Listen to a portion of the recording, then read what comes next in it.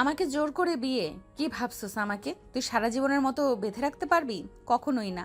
আমি তোকে কখনোই ভালোবাসি না। তুই আমাকে কখনোই ভালোবাসস নাই। আমি তোকে ঘৃণা করি। I just hate you Ayan. Nodi, please আমার কথা শোনো। আমি তোমাকে ভালোবাসি। আমি তোমাকে হারাতে চাই না। কেন আমাকে বুঝতে পারছো না? আমি তোমাকে বড্ড ভালোবাসি। আমি তোমাকে হারাতে চাই না। সব মিথ্যে কথা। আমাকে তুই ভালোবাসিস না। তুই ভালোবাসলে আমার সাথে এই জঘন্য কাজ করতে পারতি না। তুই তো আমার শরীর পেরে গেছস। এখন আর আমাকে কি দরকার? নাকি আমাকে খুন করতে চাস? নদী, চুপ। একদম আমার নাম ধরে ডাকবি না। আমি তোকে ঘৃণা করি, জাস্ট হেট ইউ। নদী কথাগুলো বলে দৌড়ে চলে গেল কান্না করতে করতে। আয়ন ভাবনার জগৎ থেকে বের হয়ে সামনের মানুষটার দিকে তাকিয়ে আছে। আয়নের আম্মু বলে ওঠে, আমাদের মেয়েকে পছন্দ হয়েছে। এখন আপনারা আমাদের সম্পর্কে ভালোভাবে খোঁজ খবর নিতে পারেন। আলহামদুলিল্লাহ, শুনে ভালো লাগলো। আপনাদের বিষয় কে জানে না, সবাই জানে। আমাদের খোঁজ খবর নেওয়ার কোনো দরকার নেই। রাফি চৌধুরী এক নামে সবাই চেনে। রাফি বাবাকে আমার অনেক ভালো লাগছে। তাহলে তো অনেক ভালো। তাহলে আমরা বিয়ে 3 তারিখ ঠিক করতে পারি। অবশ্যই, কেন নয়। আয়নের আব্বু আম্মু বিয়ের 3 তারিখ ঠিক করতে লাগলো। আয়ন আয়ন সামনে নদীর দিকে এক নজরে তাকিয়ে আছে। নদী আয়নের চোখের দিক থেকে চোখ সরিয়ে ফেল। রাফি আয়নের কানে কানে বলে, কিরে, ওই মেয়ের দিকে এইভাবে তাকিয়ে আছিস কেন? আমার বউ দেখতে এসেছে, তোর না। রাফির কথা শুনে আয়ন নদীর দিক থেকে চোখ সরিয়ে রাফির দিকে মিষ্টি করে হেসে বলে, আমি জানি আমাকে বারবার মনে করিয়ে দেওয়ার কোনো দরকার নাই। বিয়ে করবি নাকি? তাহলে আম্মু আব্বুকে বলে আমার হবু শালিকার সাথে তোর বিয়ে ঠিক করে ফেলি। দরকার নাই। আয়ান কথাগুলো বলে সামনে থেকে এক গ্লাস পানি হাতে নিয়ে খেতে লাগলো। নদী আয়নের দিকে তাকিয়ে চোখ সরিয়ে নিল। তারিখ ঠিক করা শেষ হইলে আয়নের আব্বু আম্মু বলে, তাহলে আমরা আসছি 2 মাস পরে, তাহলে ওদের বিয়ে। ঠিক আছে, আমরাও ভালোভাবে প্রস্তুতি নিতে পারবো। ওকে, ভালো থাকবেন। আল্লাহ হাফেজ। আসসালামু আলাইকুম। আয়নরা সবাই উঠে পড়ল। নদীরা সবাই আয়নদের বিদায় দিতে লাগলো। আয়ন গাড়িতে উঠে বসলো। ড্রাইভার গাড়ি ছেড়ে দিল। আয়ন নদীর দিকে তাকিয়ে আছে। নদী আয়নের দিকে তাকিয়ে থেকে সবার সাথে ভিতরে চলে গেল। আয়ন মনে মনে ভাবতে লাগলো, তোমাকে আবারও দেখতে পারবো কখনোই ভাবি নাই। এভাবে তোমার খোঁজ পাবো। সত্যি অনেক দিন পর অনেকটা ভালো লাগছে। আয়ান, কি ভাবছিস রে? কিছু না। আয়ন বাহিরের দিকে তাকিয়ে থাকতে লাগলো। 4 ঘন্টা জার্নি করে আয়ন বাসায় চলে গেল। আয়ন সোজা নিজের রুমে চলে গেল। ওয়াশরুম থেকে বের হয়ে ফ্রেশ হতে চলে গেল। ফ্রেশ হয়ে খাটে এসে ঘুমিয়ে গেল 3 দিন পর। আয়ান, এই উঠে। কি হয়েছে? তুমি আবার আমার রুমে কি করো? নিশ্চয়ই কোনো দরকার আছে, বলো তাড়াতাড়ি। এমনভাবে কথা কেন বলছো? কফি শপে যাব। তো যাও। আরে, তোর ভাবি আর তার 2 বোন আসবে। আমি তোর ভাবিকে সামলাতে পারবো, শেলিকাদের পারবো না। ওনারা কি বাচ্চা নাকি যে ওনাদের সামলাতে হবে? না, বাচ্চা না। আমি তোর ভাবির সাথে একটু ভালোভাবে কথা বলতে চাই। বুঝছস তো? বড় হইছস, বুঝতে তো পারছিস। তো এখন আমি কি করতে পারি?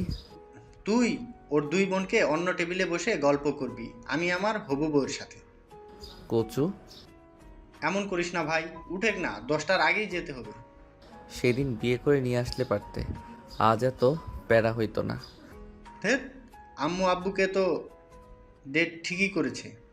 আচ্ছা তুমি যাও, আমি ফ্রেশ হয়ে আসছি। রাফি খুশি মনে চলে গেল। আয়ন উঠে আলমারি থেকে শার্ট প্যান্ট বের করে ওয়াশরুমে চলে গেল। ফ্রেশ হয়ে শার্ট প্যান্ট পরিবর্তন করে নিল।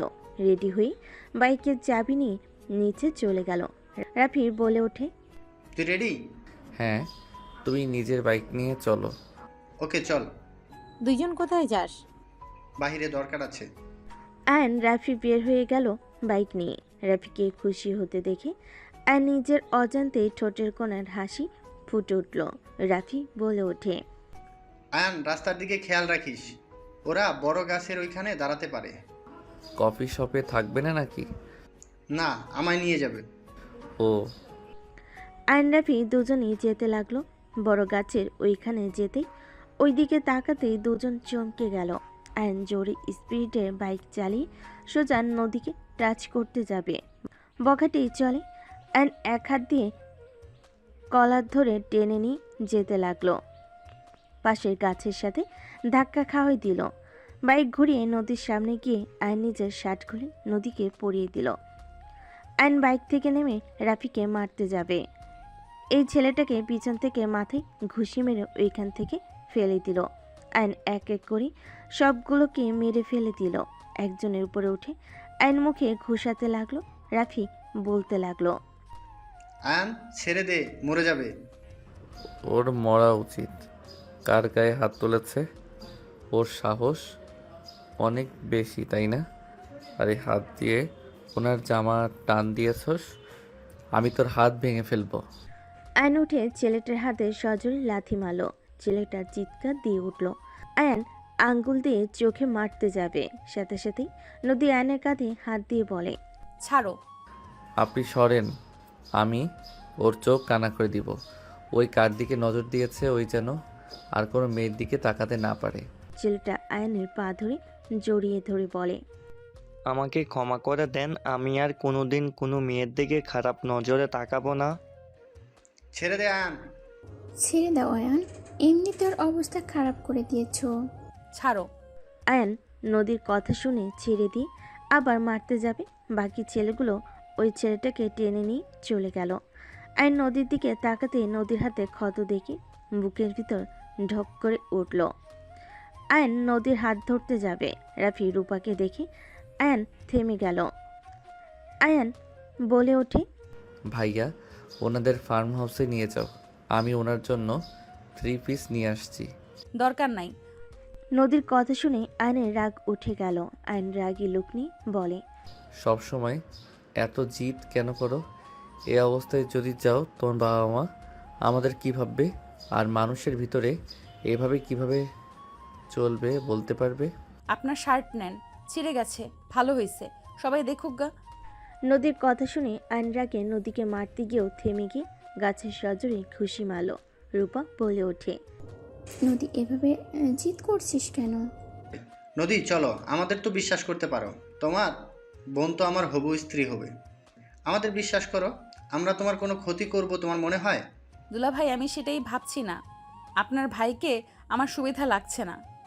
নদীর কথা শুনে সবাই ভুরকুচকে তাকালো। নদীর ছোট বোন তুলি বলে, আপু কি বলো? আয়ান ভাই আমাদের বাঁচালো, তোর জন্য ওই লোকটাকে মেরে ফেলতে নিয়েছিল, আর তুই বললিস আয়ান ভাইয়ের সুবিধার না? ভাইয়া নিয়ে যাও তো। 3 জন এক বাইকে যেতে পারবে না। তুই তাহলে তুলিকে নিয়ে আয়, আমি নদী তোর ভাবিকে নিয়ে যাই। হ্যাঁ হ্যাঁ, নিয়ে যাও। তুমি আমাকে বিশ্বাস করো তো, নাকি বোনের মতো আমাকে বিশ্বাস করো না? আপনাকে আমি বিশ্বাস করি, আর আপনি কিছু করলে সমস্যা নেই, আমি আপনাকে বিয়ে করে নিব। তুলি কথাটা বলে হাসতে লাগলো। আয়ন বাইকে উঠে পড়ল। নদী তাড়াতাড়ি করে আয়নের বাইকে উঠে পড়ল। সবাই ভুরকুচকে তাকালো। আয়ন বলে ওঠে, আপনি আবার উঠলেন কেন? আমার ইচ্ছে। আপনার কোনো সমস্যা আছে?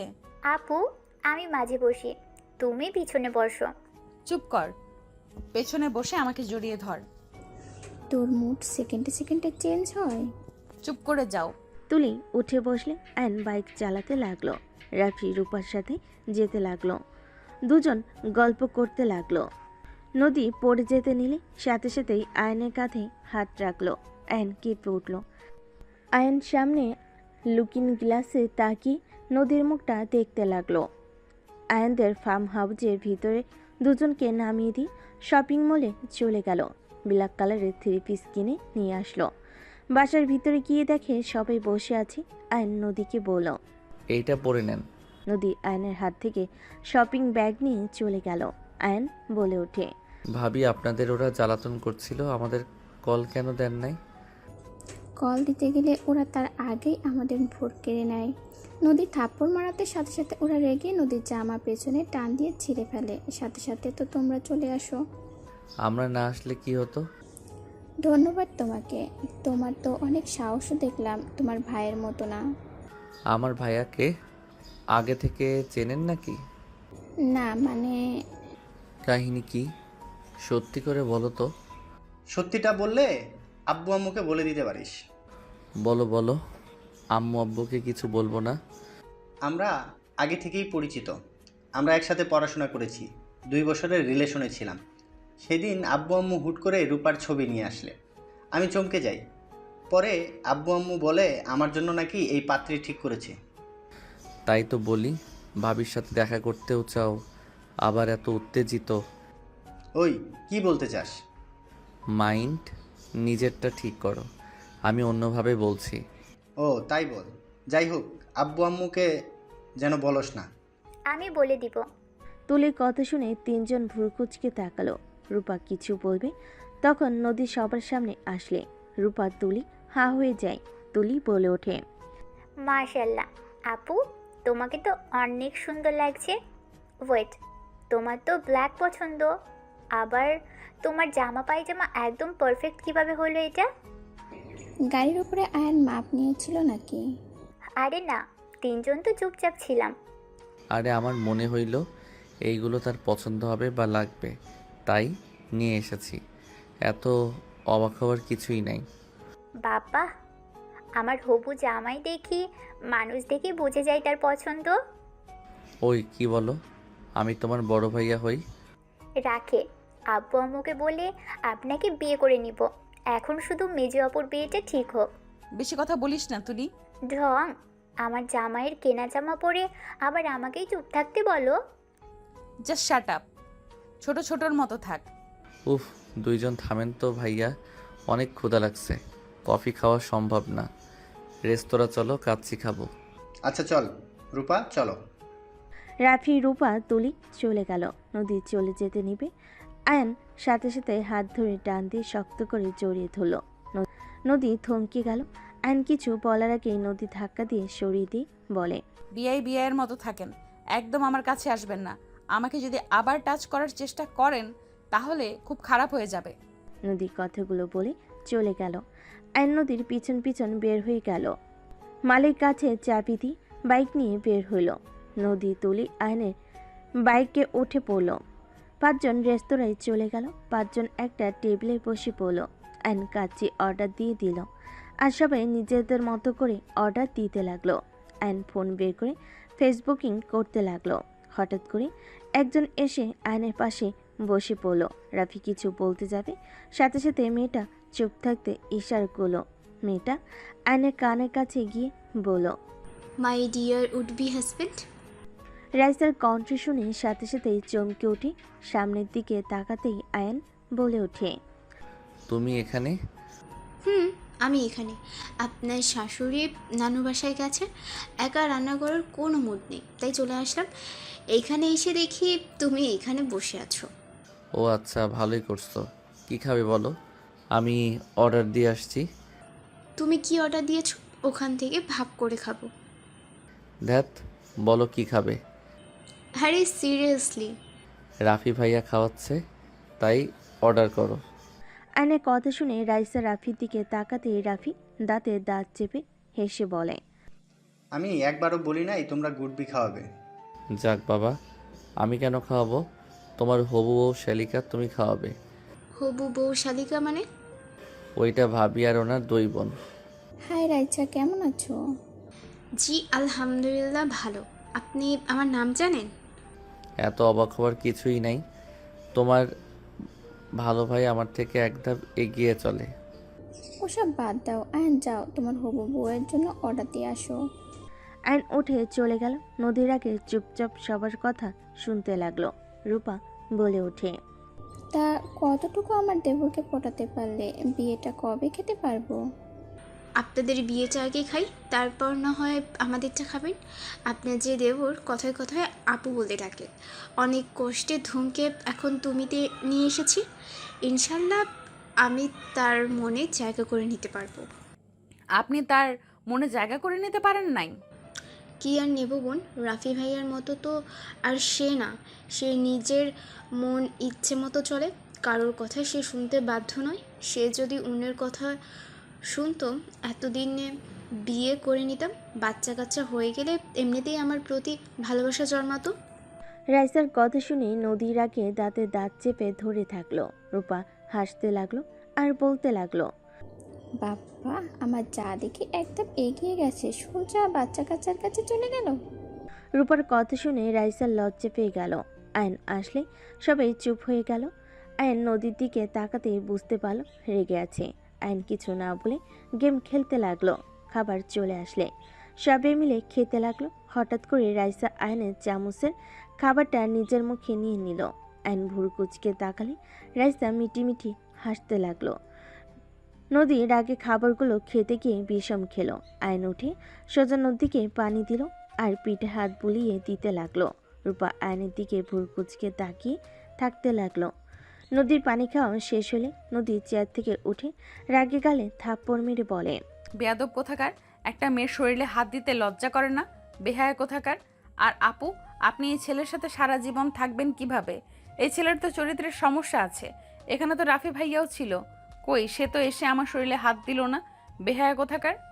নদী আসতে চিল্লাও, সবাই তাকিয়ে আছে। আইন রাগ কন্ট্রোল করতে না পেরে নদীর গালে থাপ্পড় মারতে গিয়েও মারল না, হাত নামিয়ে নিয়ে বলে, আমাকে রাগিয়ে কি প্রমাণ করতে চাচ্ছ আমি জানি না নাকি? তুমি যা চাইছো সেটা কোনোদিনও আমি করব না। আইন কথাগুলো বলে ওইখান থেকে চলে গেল। রূপা রাগের লজ্জায় নদীকে টান দিয়ে বসিয়ে দিয়ে বলে, হচ্ছেটা কি? এমনটা না করলে হতো না। তাকিয়ে থাকলে থাকবে, আমার কি তাতে? লুচ্চামি করবি আর বললে দোষ? কি করছি আমি? তোর হবু দেবর কোন হিসাবে আমার শরীরে হাত দিল? ফালতু একটা ছেলে। ওকে কি বলছি আমার পিঠে হাত বুলিয়ে দিতে? এইখানে তো আমার পাশে তুমি আছো, তুলি আছে, তাহলে তার কেন এমন করা লাগবে? বোঝাও আমাকে। বিয়ান, শান্ত হন। আয়ানকে যতটা চিনি, ও খারাপভাবে আপনাকে স্পর্শ করেনি। আর বুঝতে পারছি না আয়ান হঠাৎ আপনার প্রতি ভালোবাসা দেখাতে গেল কেন?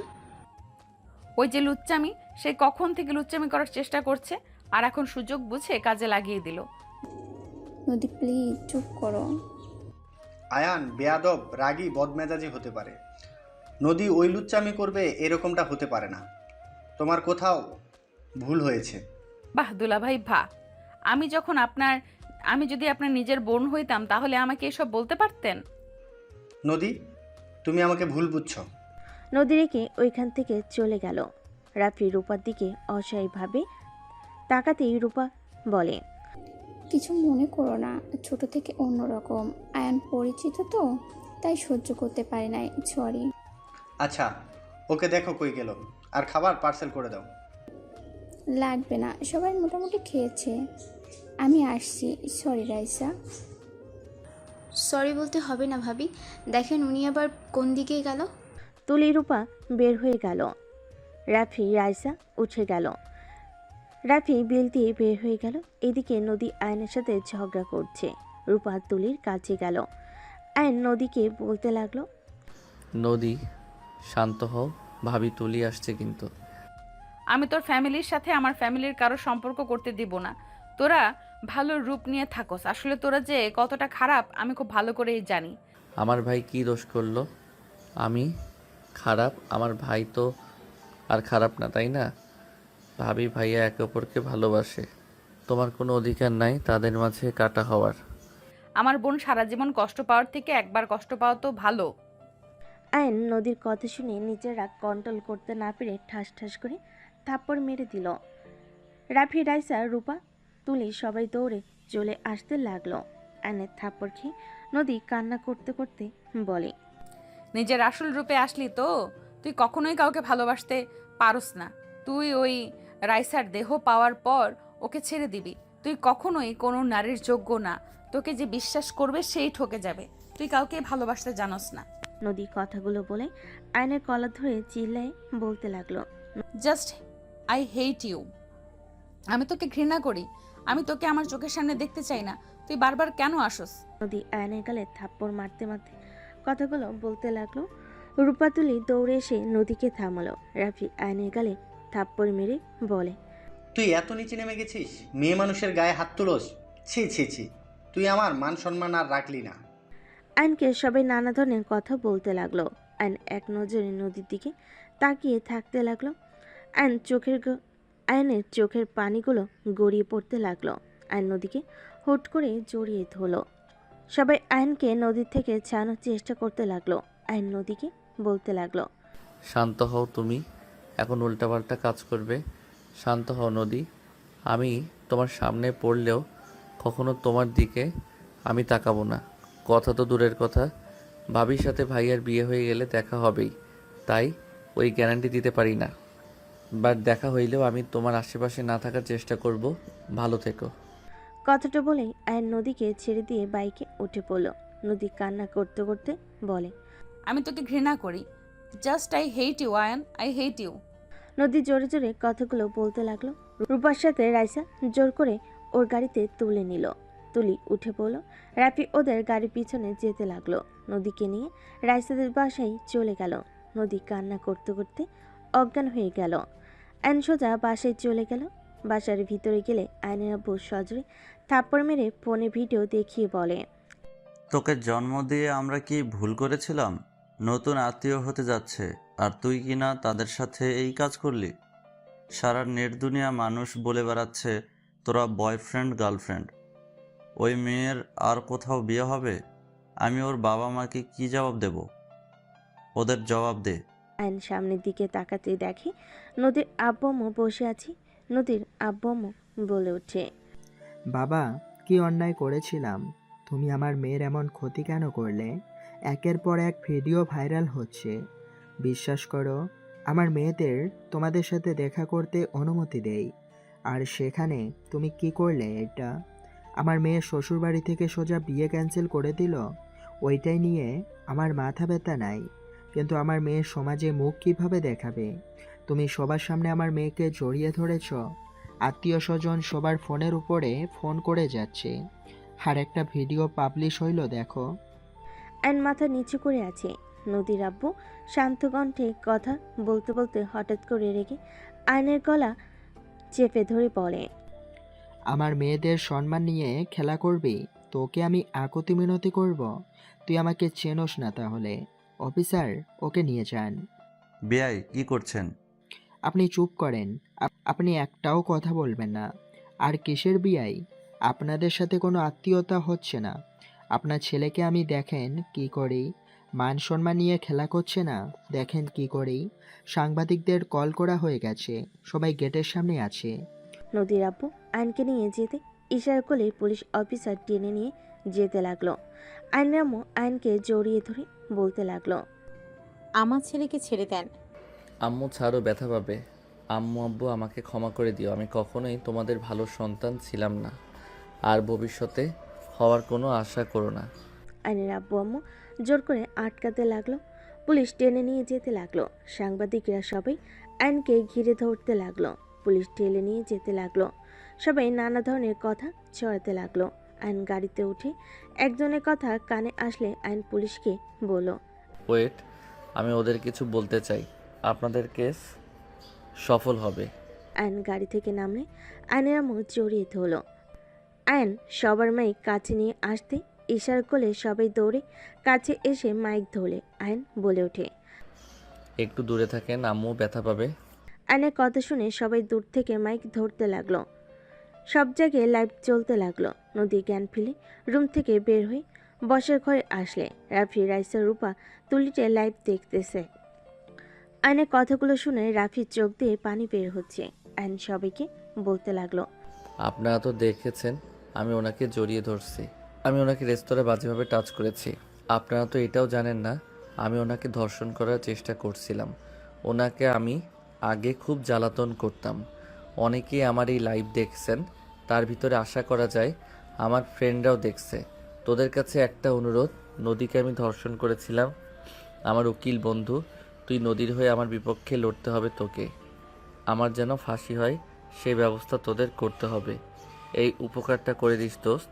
তোদের কাছে জীবনে আর কিছু চাই না। আয়ান চুপ কর, এসব কি বলিস? আমি তোর কিছু হতে দিব? তুই আমার কলিজার টুকরো ছেলে, তুই এইসব করতে পারিস না। আমি সব করছি আম্মু, আমি যা বলছি সব সত্যি, আমি মিথ্যা বলছি না আম্মু। তুমি আমার কথা ভেবো না, আমাকে তোমরা ক্ষমা করে দিও। আমি তোমাদের ভালো সন্তান হতে পারলাম না। আইনর আম্মুকে বুঝাতে লাগলো আর নিজের নামে নানা ধরনের কথা বলতে লাগলো। নদী এক সেকেন্ড দেরি না করে রাফির হাত থেকে চাবি নিয়ে বাইক নিয়ে রওনা দিয়ে দেয়। নদীর পিছনে পিছনে রাইসা সবাই মিলে যেতে লাগলো। আয়নকে পুলিশ টানতে লাগলো। নদীর আপু বলে, সবাই তো শুনলেন, ওই আমার মেয়েকে ধর্ষণ করতে নিয়েছিল। ওই নিজের মুখে প্রমাণ করে দিয়েছে। আব্বু আম্মু তোমরা আমাকে নিয়ে কান্না করো না, রাফি ভাইয়াকে নিয়ে তোমরা ভালো থেকো। আর আম্মু, নদীকে ওর ফ্যামিলিকে ভুল বুঝো না, নদীর কোনো দোষ নাই। আমি ওর সাথে যা করছি তার শাস্তি আমাকে পেতে হবে। আয়নকে টেনে নিয়ে যেতে নিলে গাড়িতে তুলতে যাবে, সাথে সাথে কয়েকজন সাথে নদী হাজির হয়ে সোজা দৌড়ে আয়নের হাত ধরে সবাই পিছনে তাকায়। নদী আয়নের হাত ধরে টেনে নিয়ে যেতে লাগলো। আয়ন নদীর দিকে না থেকে অন্যদিকে মুখ ঘুরিয়ে বলে, দোস্ত, তোরা ওকে আমার হাতে ছেড়ে দিতে বল। তুই চুপ করে থাক, ভাবিকে বলতে দে। নদীর আব্বু নদীর দিকে রাগী লুক নিয়ে তাকালো। নদীর আব্বু নদীর হাত ধরে বলে, কি করছিস? আয়ানের হাত ছেড়ে দে। নদীর আব্বুর কথায় নদী যেন কান না দিয়ে সবার সামনে গিয়ে বলে, ক্যামেরা এদিকে ঘুরান। যে মানুষটার হাত ধরে আছি সেই বলেছেন আমাকে ধর্ষণ করার চেষ্টা করছে, আর সবাই নানা ধরনের কথা বলছেন। আসল কাহিনী কেউ জানেন কে আমাকে ধর্ষণ করবে? আরে আমাকে ছোঁয়ার অধিকার ওনার 6 বছর আগেই হয়ে গেছে। উনি আমার হাজব্যান্ড। 6 বছর আগে আমরা ভালোবেসে বিয়ে করেছিলাম। কিছু ভুল বোঝাতে আমি তাকে ছেড়ে আমার দেশের বাড়িতে চলে যাই। নদীর কথাগুলো শুনে সবাই অবাক হয়ে গেল। সবার পরিবেশ চুপচাপ হয়ে গেল। একজন প্রশ্ন করলো, আপনার হাজব্যান্ড যদি হয় তাহলে যে ভিডিওগুলো আমরা দেখেছি সেগুলো কি ছিল? উনি তো সোজা আপনাদের থাপ্পড় মারে, আপনাকে জোর করে জড়িয়ে ধরেছিল। সেখানে তো বোঝা যাচ্ছিল উনি আপনার সাথে জোর করছে, আপনাকে ইফটিজিং করছে। আপনারা ভিডিও দেখছেন, ভিডিওর ভয়েসগুলো শুনতে পারছেন। উপর থেকে কে কি ভিডিও বানালো একটাও ক্যাপশন দিল, এতে ওইটা সত্য হয়ে গেল নাকি? আমার রাগ হইলে আমার মাথা ঠিক থাকে না। আমি নিজের ভেতরে থাকি না। নিজের সমস্ত কন্ট্রোল হারিয়ে কি বলি আমি নিজেও পরে বলতে পারি না। আমার স্বামী জানে কিভাবে আমাকে শক্ত করা যাবে। আমি রেগে গেলে আমার স্বামী আমাকে জড়িয়ে ধরে একটা কথাই বলেছিল, নদী শান্ত হও। একজন স্বামী নিশ্চয়ই ভালো জানবে তার স্ত্রীকে কিভাবে শান্ত করতে হবে। নদীর কথাটা শুনে আরেকজন বলতে লাগলো, আপনাদের রেস্তোরাঁর ভিতরে আপনি নিজেই ওনাকে বাজে ছেলে বলে পরিচয় করেন। আপনি রেগে ওনাকে কত কিছু বলছেন, সেখানে তো প্রমাণ হয় উনি আপনার স্বামী হতে পারে না। লোকটার কথা শুনে নদী বলে, আপনাদের আমি কি বললাম? আমার রাগ হইলে আমি নিজের ভেতরে থাকি না। আমি আমার স্বামীর ওপর রেগে আছি। আমি এত বছর পর তার সাথে দেখা হয়েছে। আমি অভিমান রাগ করে তার সাথে ভালো ব্যবহার করছিলাম না। সেই তার এক ফ্রেন্ডদের সাথে ঢং করছিল, সেটা আমার সহ্য হয় নাই। এমনিতে রাগ করে আছি, তার উপরে এইসব দেখে আরও রাগ হয়েছিল, তাই আমি যা ইচ্ছা তাই বলছি। আমার স্বামী কেমন আমি তো ভালো করেই জানি। আমার স্বামী অন্য কারোর কাছে খারাপ হইলেও আমার কাছে সেই কেমন তা তো আমি খুব ভালো করেই জানি। আমি রেগে ওইসব বলি যাতে ওই মেয়ে আমার স্বামীর আশেপাশেও না আসে, ওকে খারাপ ভেবে নেয়। নদীর কথা শুনে একজন বলে, আপনি কি একটা সাইকো পাগল নাকি? লোকটা আর কিছু বলতে যাবে আর নিজের রাগ কন্ট্রোল করতে না পেরে লোকটা মাইক হাতে নিয়ে ওর মাথায় বাড়ি মেরে আরও মারতে যাবে। সবাই আয়নকে জড়িয়ে ধরতে লাগলো। আয়ন বলতে লাগলো, আমাকে ছাড়, ওর মাথা মুখ আমি ফাটিয়ে দিব। ওই অনেকক্ষণ ধরে বেশি কথা বলছে, সব সহ্য করে নিয়েছি। আমার এই স্ত্রীকে বলে পাগল শালা, তোকে তো আমি। আয়ন মারতে যাবে। নদী আয়নের সামনে দাঁড়িয়ে বলে, আয়ন চুপ করবে? উনি ভুল কিছু বলে নাই। আমি আসলে পাগল, সাইকো। আমি ভালো হইলে কখনোই তোমাকে এইভাবে থাকতে হইতো না। আমাকে তুমি ক্ষমা করে দিও। নদী কান্না করবে না, ওর মাথা খারাপ। ওই অনেকক্ষণ ধরে উল্টাপাল্টা কথা বলছিল। আর তুমি এখানে কেন এসেছো?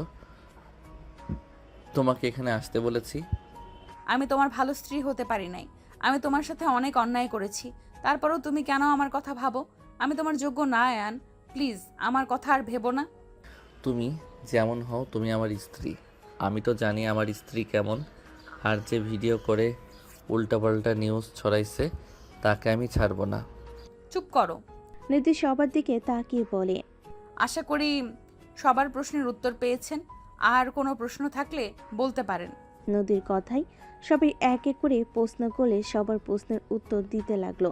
সবাইকে বিদায় করে দিলে পুলিশ বলল, এখনো কেন ছাড়ছেন না? এই নেন প্রমাণ, ওই যে আমার হাজব্যান্ড। রাকিব কাগজগুলো দেখাও। কাগজগুলো দেখালে পুলিশ চলে গেল। অ্যানকে নদী শক্ত করে জড়িয়ে ধরে বলে, আয়ান, আমাকে ক্ষমা করে দাও। আমি কখনোই ভাবি নাই এমন কিছু হবে। আমি রাইসার সাথে তোমাকে সহ্য করতে পারছিলাম না। যখন শুনি রাইসা তোমার ফিয়ন্সে, আমার মাথা কাজ করা বন্ধ করে দিয়েছিল। আমি কি করব বলো? তোমার সাথে যত রাগ দেখাই, আমি যে তোমার পাশে কাউকে সহ্য করতে পারি না, তুমি তো জানো। আমাকে প্লিজ ক্ষমা করে দাও। আমি আর কোনো দিন এমন কাজ করব না। অ্যান নদীর কোমর ধরে ধাক্কা দিয়ে সরিয়ে দিয়ে বলে, তোর কি মনে হয় আমি মেনে নিলে আর আমার ফ্যামিলি তোকে মেনে নিবে? তুই তোর বাপ আমাকে জেল পর্যন্ত পাঠানোর ব্যবস্থা করছিল। আমাদের মান সম্মান সব শেষ করে দিয়েছিস। সেখানে তোকে বউ করে ঘরে নিয়ে আসবো? অসম্ভব। তোর প্রতি যে ভালোবাসা ছিল সব উঠে গেছে। আয়ান, চুপ, একদম চুপ। আমার নাম তোর মুখেও নিবি না। এখান থেকে বের হ তোরা। অ্যান নদীকে ধাক্কা দিয়ে বের করে দিলে হঠাৎ করে নদী চমকে উঠে বলে, আয়ান। নদীর মুখে আয়নের কথা শুনে সবে ভুরুকুচকে তাকালো। আয়ন বলে উঠল, বেআইন যাবেন না নাকি আর কতক্ষণ এখানে বসে থাকবেন? সবার খাওয়া শেষ, আপনারটা খেয়ে নেন তাড়াতাড়ি। উফ, আপু তুমি এত কিভাবে বলো তো? বোন তাড়াতাড়ি খা। নদী সবার কথা শুনে পিছনে সামনের দিকে ঘুরে চোখ বুলিয়ে দেখতে লাগলো। নদী নিজেকে রেস্তোরাঁ দেখে বুকে তিনবার থুতু দিয়ে ভাবতে লাগলো, উফ, তাহলে এতক্ষণ কল্পনা করছিলাম। উফ, কি জঘন্য কল্পনা ছিল। আল্লাহ, এমন যেন কখনোই না হয়। আপনার কি ঝাল লাগছে নাকি? পানি খেয়ে নেন। নদীর চোখের কাছে হাত দিলে নদী চোখের পানি তাড়াতাড়ি মুছিয়ে ফেলল। আয়নের হাত থেকে পানি খেতে লাগলো। পানি খেয়ে সবার সাথে বের হয়ে গেল। নদী আয়নের বাইকে উঠে পড়ে। আয়নের কাঁধে হাত দিয়ে বসে থাকলো। তুলি উঠে বসলো। আয়ন বাইক চালাতে লাগলো। সারাদিন ঘোরাঘুরি করে আয়ন বলে উঠল, ভাইয়া, ওনাদের আজকে আমাদের বাসায় থাকতে বলি। সন্ধ্যা হয়ে গেছে, বাসায় একা পাঠানো উচিত না। আম্মু জানলে দুইজনকে মেরে ভর্তা বানাবে। সারাদিন হবু বউ নিয়ে ঘুরছি। আমরা কি ওনাদের সাথে খারাপ কিছু করছি নাকি? আর উনি তো আমার ভাবি হবেই। আরে ওই বাসায় যাওয়া যাবে না, আমাদের ট্রেনে তুলে দিয়ে আসো। আমরা রেখে আসবো। দরকার নাই। এই বেআইন, আপনি সবসময় এত বেশি বুঝেন কেন? আয়ন ঠিক বলছে, চলো ওঠো। আয়নের বাইকে নদী তুলি উঠল। রূপা রাফি যেতে লাগলো। নদীদের বাসায় যেতে যেতে রাত 8টা বেজে গেল। দুজন নদীদের বাসার সামনে গাড়ি থামিয়ে দিল। তিনজন নেমে পড়ল। রূপা বলে ওঠে, ভেতরে আসো দুজন। না, আপনারা যান। ও বেআইন, আমার তেল প্রায় শেষের দিকে, টাকা দেন। আয়নের কথা শুনে সবাই ভুরুকুচকে তাকালো। রূপা বলে ওঠে, কত লাগবে বলো। আপনারটা লাগবে না, বেআইনকে নিয়ে ঘুরেছি তাই বেআইন দিবে, টাকা দেন। এই ফালতু মজা বাদ দে, চল বের হ। আঙ্কেলের চোখে পড়লে সমস্যা হবে। কিসের ফালতু মজা? বেআইন টাকা বের করেন। আমার থেকে টাকা নিবে, দিব নাকি? নদী ইট তুলতে যাবে। অ্যান সাথে সাথেই বলে, আরে আরে, আমি মজা করছি। ওইটা দিয়ে বাইকে মারলে আমার বউ ব্যথা পাবে। আমি ব্যথা পাবো মানে? আরে আপনি না আমার বাইক, আমার প্রথম বউ। ভালো তো বউ নিয়ে ভাগ এখান থেকে। নদী, তুই কেন বলিস? তোমার দেবর হবে জন্য কি মাথায় তুলে রাখবো নাকি? আব্বুকে বলা যাবে? তোমাদের সাথে দেখা হয়েছিল, পরে রেখে গেল। না না, আমি তোমার আব্বুর সামনে যেতে পারবো না, আমার ভয় লাগে ভাই। আয়ান, বাইক ঘোরা। মিথ্যে কেন বলবেন? আঙ্কেল জানে না আপনারা আমাদের সাথে ছিলেন? না, আব্বু জানে, আমার বান্ধবীদের সাথে দেখা করতে গেছি। আম্মু শুধু জানে। বাহ বাহ, মেয়ে তো না, যেন তুলসী পাতা। আল্লাহ আমার মাইয়া দিলে মায়ের মতো যেন একদম হয় না। আয়নের কথা শুনে নদী রেগে মারতে যাবে। আয়ন সাথে সাথে বাইক স্টার্ট দিয়ে পিছনে ঘুরে মুখ ভেঙচি দিল। তুলি ভুরুকুচকে তাকিয়ে বলে, এই কাহিনী কি? আপু, তুই কি বেয়াইয়ের উপর ক্রাশ খেয়েছিস নাকি? আমি কিন্তু খেয়াল করেছি তুই বেয়াইয়ের শরীরে ঘ্রাণ নিয়েছিলি, এমনকি বউ জামাইয়ের মতো জড়িয়েছিলি। চুপ কর, কি বলিস? মাথা খারাপ নাকি? ভেতরে চল। তিনজন ভিতরে চলে গেল। আয়ন রাফি বাসায় যেতে যেতে 10টা বেজে গেল। দুজন দরজার সামনে দাঁড়িয়ে কলিং বেল বাজাতেই আয়নের আম্মু দরজা খুলে দিল। দুজন ভেতরে যেতেই আয়নের আম্মু বলল, সারাদিন দুজন কই ছিলেন? আম্মু একটু ঘোরাঘুরি করতে করতে রাত হয়ে গেছে। দুই ভাই কি শুরু করেছেন বলবেন? আপনাদের সাথে 3টা মেয়ে ছিল, কারা ছিল? রাফি ঢোক গিলতে লাগলো। আয়ন বলে ওঠে, আমার বান্ধবী আর আমরা বড় হয়েছি। সেখানে মেয়ে মানুষ বাইকের পিছনে থাকতে পারে, এখানে এভাবে বলার কি আছে? বুঝেছি, নোংরামি বের করছি। তোর বিয়েটার ডেট দিয়ে দেব, দুজনের বিয়ে একসাথে করাবো। মানে কি? আমি বিয়ে করব না। এখন মেয়ে নিয়ে ঘোরার সময়, প্রেম করার সময়। বউ নিয়ে ঝামেলা কাঁধে নিয়ে ঘোরার সময় না।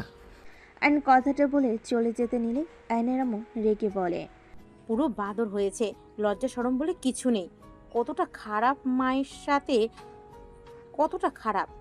সাথে কিভাবে কথা বলতে হয় তাও জানে না। মায়ের সামনে এইসব কথা বলতে লজ্জা করছে না? কুত্তা একটা। রাফি ওর আম্মুকে জড়িয়ে ধরে বলে, আম্মু শান্ত হও তুমি। আম্মু শান্ত হও, তুমি তো জানোই আয়ান ওইরকম। ওর কথা ধরে লাভ আছে, চলো ভিতরে যাই। রাফি ওর আম্মুকে শান্ত করে নিয়ে যেতে লাগলো। আইন রুমে গিয়ে ফ্রেশ হয়ে উপর হয়ে শুয়ে পড়ে ঘুমিয়ে গেল।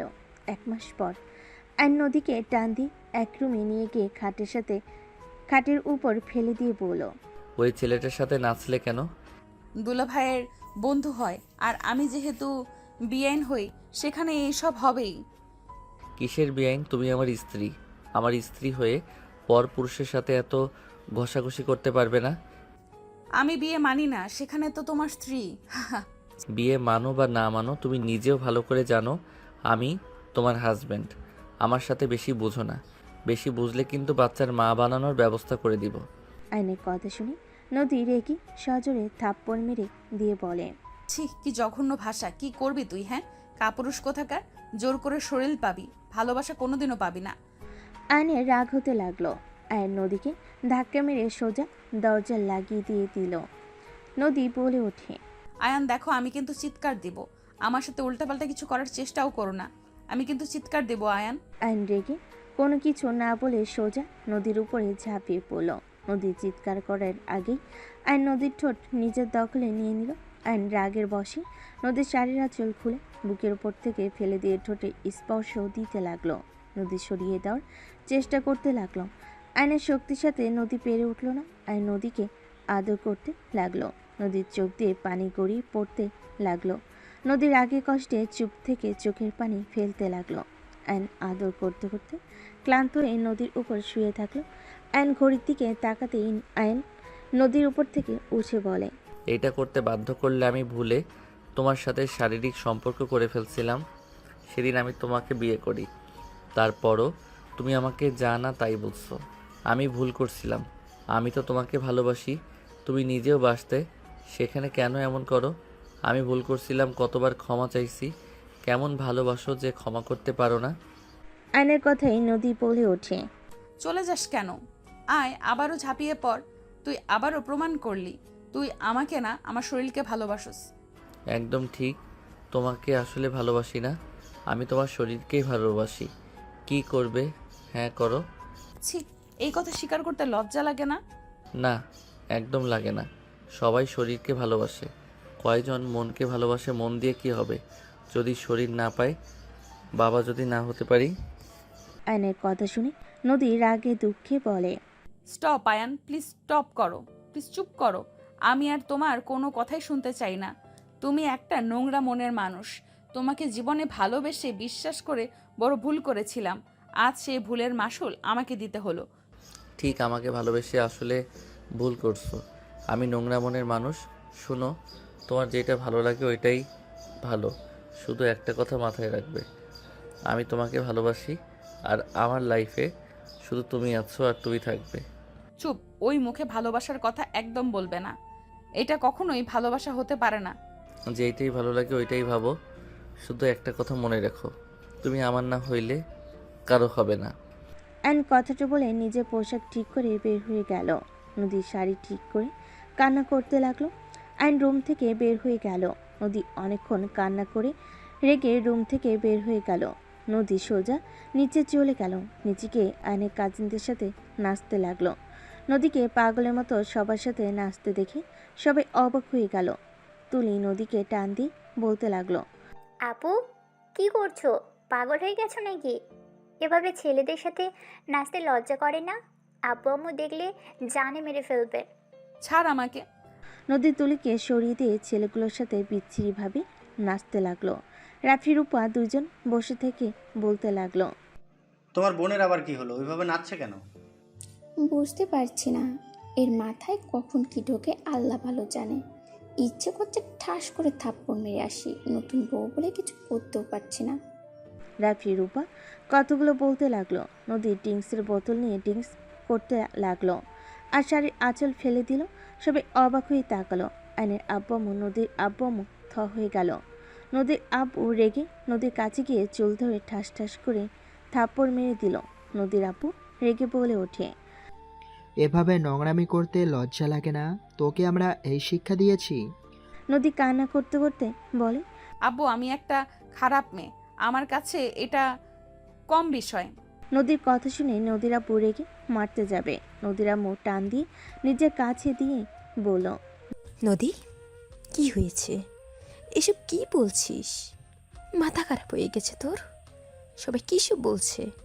মান সম্মান শেষ করে দিবি নাকি? নদী ওর আম্মুকে ধাক্কা দিয়ে সরিয়ে দিয়ে বলে, আমি তো মান সম্মান রাখি নাই আম্মু, আমাকে আমার মতো থাকতে দাও। আমি ভালো মেয়ে নই, আমি পতিতালয়ে কাজ করব এখন থেকে। নদীর কথা শুনে নদীর আম্মু থাপ্পড় মারতে যাবে আর নিজেকে কন্ট্রোল করতে না পেরে নদীর কাছে গিয়ে হাত ধরে টান দিয়ে নিজের কাছে নিয়ে এসে শাড়ির আঁচল তুলে দিল। ড্রিঙ্কসের বোতল হাত থেকে কেড়ে নিয়ে বলল, তুমি কি চাচ্ছ? কি শুরু করছো? কি করতে চাইবো? তুই তো সব করছস, আমাকে কি করতে দেস? আমি তো পতিতালয়ে যাওয়ার জন্য রেডি আছি। নদীর কথা শুনে আর রাগে দুঃখে সজোরে থাপ্পড় মারল। সবাই চমকে উঠল। নদী নিচে পড়ে গেল। নদী ব্যথায় কান্না করতে করতে বলে, থাপ্পড় কেন মারছিস? পারলে মেরে ফেল, আমাকে থাপ্পড় কেন দেস? ও, আমি তো খারাপ মেয়ে, আমাকে তো থাপ্পড় মারা উচিত। মার, তুই তো ভালো ছেলে। নদীর কথাগুলো বলে পাগলের মতো হাসতে লাগলো। আর রাগে দুঃখে ড্রিঙ্কসের বোতলের দিকে তাকিয়ে নদীকে টান দিয়ে তুলে বলল, এটা মার, নিজের রাগ কমা, মার আমাকে। আমি তোর মতো নাকি যে মারতে যাব? ছাড় আমাকে, আমি নাচবো। আয়ান, তুই কেন নদীকে মারছিস? বিয়াইন, নদীকে নিয়ে রুমে যান। আমি কোথাও যাব না, আমি নাচবো, আমার নাচতে ইচ্ছে করছে। আমার হাত ছাড়, ছাড় আমাকে। নদী আয়নের হাত থেকে সরানোর চেষ্টা করতে লাগলো। আর নদীকে জড়িয়ে ধরে বলতে লাগলো, নদী, আই এম সরি, প্লিজ এমন করো না, সবাই দেখছে, প্লিজ শান্ত হও। আমার কাছে কেন ক্ষমা চাচ্ছিস? আমি তো ব্যবহার করা মেশিন। ছাড় বলছি, আমার শরীর আমি সবাইকে দেখিয়ে বেড়াবো। ছাড় বলছি। নদী প্লিজ চুপ করো। নদীর আব্বু নদীকে টান দিয়ে সামনে নিয়ে এসে থাপ্পড় মারতে লাগলো। চুলের মুঠো ধরে মারতে গেলেই নদী হাসতে লাগলো। নদী হাসতে হাসতে বলল, আব্বু, আমাকে যত ইচ্ছা মারো, আমি তোমাকে কিচ্ছু বলবো না। আব্বু, আমি অনেক খারাপ মেয়ে হয়ে গেছি। আব্বু, আমি তোমাকে অনেক ধোঁকা দিয়েছি।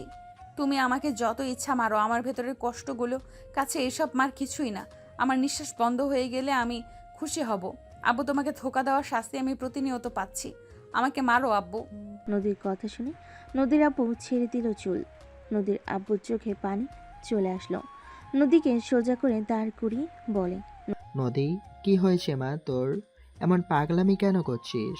তোর মনের ভিতরে কিসের এত কষ্ট? মা, বল না, তোর আব্বুকে বল কি হয়েছে? কেন এমন উল্টাপাল্টা কাজ করছিস? নদীর আব্বুকে কান্না করতে দেখে নদীর চোখের পানি মুছে দিতে দিতে বলে, আব্বু, আমি একজনকে ভালোবাসতাম, তাকে আমি তোমার থেকেও বেশি ভালোবেসেছি, বিশ্বাস করেছি, কিন্তু সেই আমাকে ভালোবাসে না আব্বু। তোমার মতো আমাকে নিঃস্বার্থভাবে কেউ ভালোবাসে না আব্বু। আমি তোমাকে ধোঁকা দিয়েছি আব্বু। যাকে এত ভালোবাসলাম সেই আমাকে না আমার। নদী কথাগুলো শেষ করে আগেই অজ্ঞান হয়ে গেল। নদীর আব্বু ধরে ফেল। আইনের আব্বু বলে, বিয়াইন, নদী মামুনিকে কোলে নিয়ে নেন, রুমে নিয়ে চলেন। নদীকে কোলে তুলে নিয়ে গেল। সবাই নানা ধরনের কথা বলতে লাগলো। আইন নদী চলে যাওয়ার দিকে তাকিয়ে থাকলো। আইনের চোখের পানিগুলো গড়িয়ে পড়তে লাগলো। অ্যান এক মুহূর্ত ওইখানে না থেকে বাইক নিয়ে বের হয়ে গেল। অ্যান চোখের পানি এক হাতে মুছতে লাগলো আর বাইক চালাতে লাগলো। 4 দিন পর। আয়ান 4 দিন তোর কোনো খোঁজ খবর ছিল না, কই ছিলি? ফোন বন্ধ কেন? আর তোর এই অবস্থা কেন? তুই কি অ্যাক্সিডেন্ট করেছিলি নাকি? বাইক কন্ট্রোল করতে না পেরে একটা গাড়ির সাথে ধাক্কা লেগে গেছিল। 3 দিন অজ্ঞান ছিলাম, মাথায় একটু বেশি ব্যথা পেয়েছিলাম। আয়নের কথা শুনে আয়নের আম্মু বলে ওঠে, কি তুই ঠিক আছিস বাবা? আয়নের আম্মু আয়নকে জড়িয়ে ধরে সারা মুখে চুমু দিয়ে কান্না করে দিয়ে বলে, আর বাইক চালাবি না। যদি এর থেকে বড় কিছু হয়ে যেত, আমি আমার সন্তানকে কোথায় পেতাম? একদম আর বাইক ধরবি না, চাবি দে। আয়নর আম্মুকে এভাবে কান্না করতে দেখে মুচকি হাসি দিয়ে আয়নের আম্মুর চোখের পানি মুছে দিতে দিতে বলে, আম্মু, বাচ্চাদের মতো কান্না করছো কেন? আল্লাহ কার মৃত্যু কিভাবে রেখেছে কেউ জানে না আম্মু। আর তোমার দোয়া আমার উপরে আছে, ইনশাল্লাহ আমার কিছু হবে না। আল্লাহ যখন চাইবে তখন আমাকে নিয়ে যাবে আম্মু, কান্না করো না, আমি একদম ঠিক আছি। আয়নর আম্মুর কপালে চুমু দিয়ে চলে গেল। শির বইতে গেলে দেখে রূপা রাফি আয়নকে দেখে চমকে গেল। আয়নকে বলে ওঠে, আয়ান কি হয়েছে তোর? মাথায় ব্যান্ডেজ করা, হাতে ব্যান্ডেজ করা, কি হয়েছে তোর? অ্যাক্সিডেন্ট করেছিল, 4 দিন অজ্ঞান হয়েছিল। তারপরও বাইকের চাবি ছাড়বে না। যার যা ইচ্ছে করুক, আমার কি তাতে? কথাগুলো বলেই কান্না করতে লাগলো। রাফি আয়নকে জড়িয়ে ধরে বলে, ভাই বেপরোয়াভাবে বাইক কেন চালাস? তোর যদি এর থেকে বড় ক্ষতি হইতো তাহলে কি হইতো? আয়ন রাফিকে নিজের থেকে সরিয়ে দিয়ে বলে, কি আর হবে, আমার মৃত হয়তো এর থেকে বেশি কিছু তো হবে না। আয়নের কথা শুনে রাফি রেগে মারতে গিয়েও মারল না। আয়ন রাফির গালে চুমু দিয়ে দৌড়ে চলে গেল হেসে। রাফি রেগে বলে, আম্মু, ওকে যত তাড়াতাড়ি পারো বিয়ে করিয়ে দাও। বউ আসলে তখন বউয়ের আঁচল ধরে থাকবে, এমন ফালতু কথা তখন আর বলবে না। বিয়ে না করলে কিভাবে করাবো? জোর করে করাবে। হ্যাঁ, জোর করিয়ে অন্যজনের মেয়ের জীবন নষ্ট করি। ওই যে ছেলে যা জিদ ধরে ওইটাই করে। একবার যদি বলে বউ হিসাবে মানে না, তাহলে ওই মেয়ের কি হবে বুঝতে পারছিস? ওর দিকে ঘুরেও তাকাবে না। এটাই তো ঝামেলা, খালি জিদ নিয়ে থাকে, তেরা কোথাকার। আমার কাজিন আছে, দেখতে মাশাল্লাহ। আপনারা চাইলে আয়ানকে দেখাতে পারেন, ইনশাল্লাহ আয়ানের পছন্দ হবে। ও দেখতে অনেক সুন্দর, ব্যবহারও অনেক ভালো। কোনটা? ওই যে সোনালি না কি নাম, ওই মেয়েটা? জি, ফিরনের দিনে তো এসেছিল। হ্যাঁ, মেয়েটা মাশাল্লাহ, যেমন দেখতে তেমন সুন্দর তার ব্যবহার। কিন্তু ওই রাজি হবে না দেখতে যেতে। আমরা তো যাচ্ছি, আয়ানকে আমি আমাদের বাসায় নিয়ে যাই।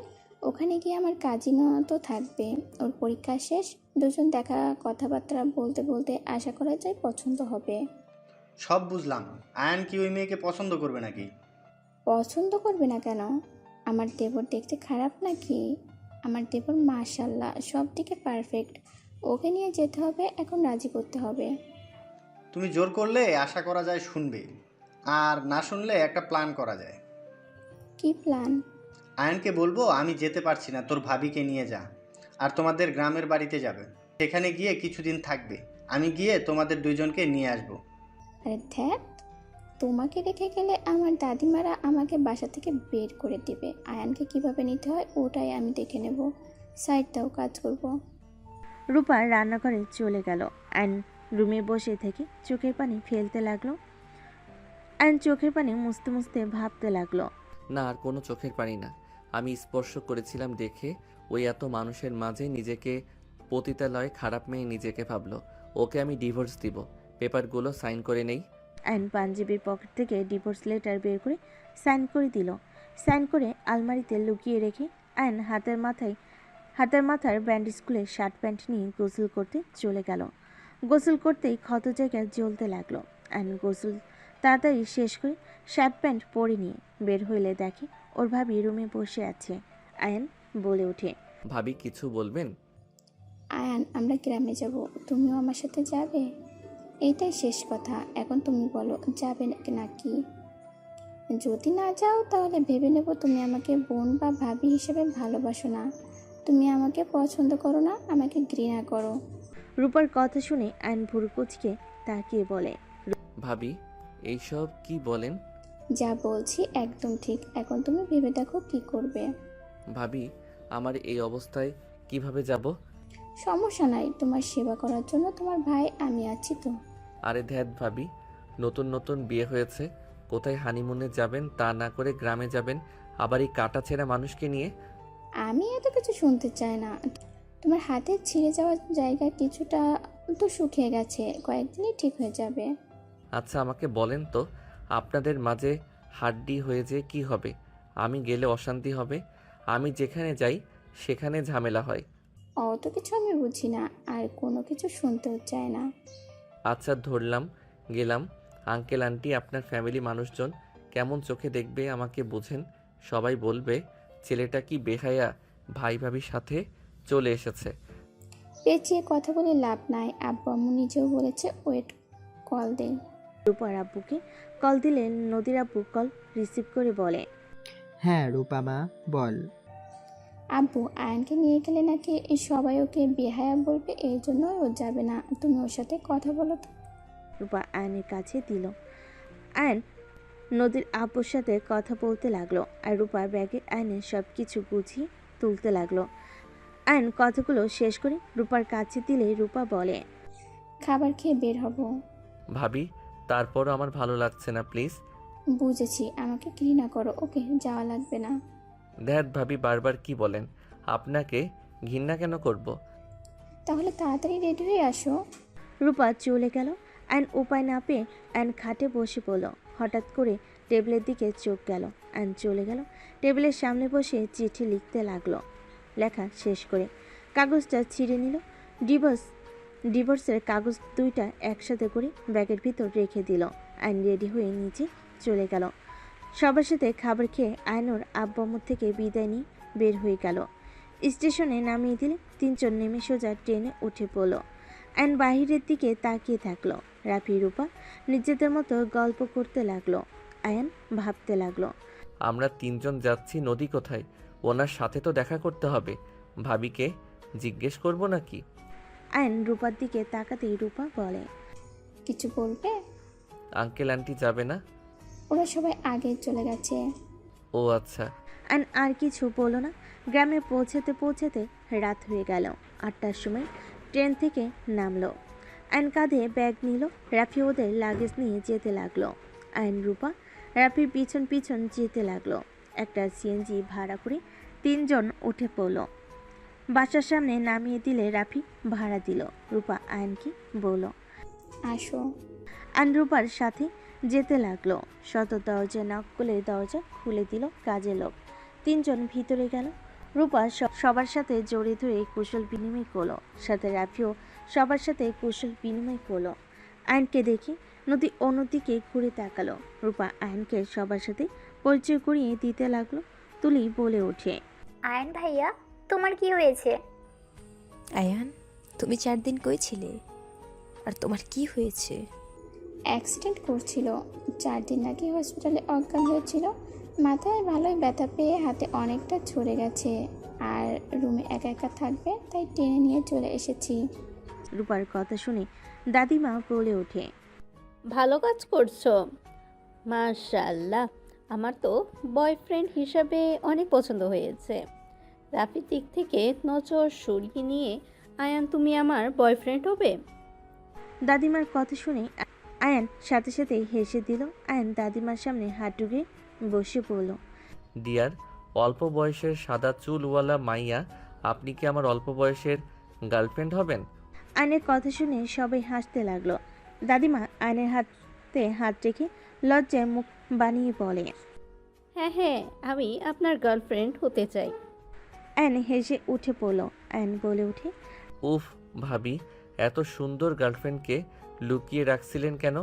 গার্লফ্রেন্ড এখানে লুকিয়ে আছে দেখে তো আমি সুন্দর গার্লফ্রেন্ড পাচ্ছিলাম না।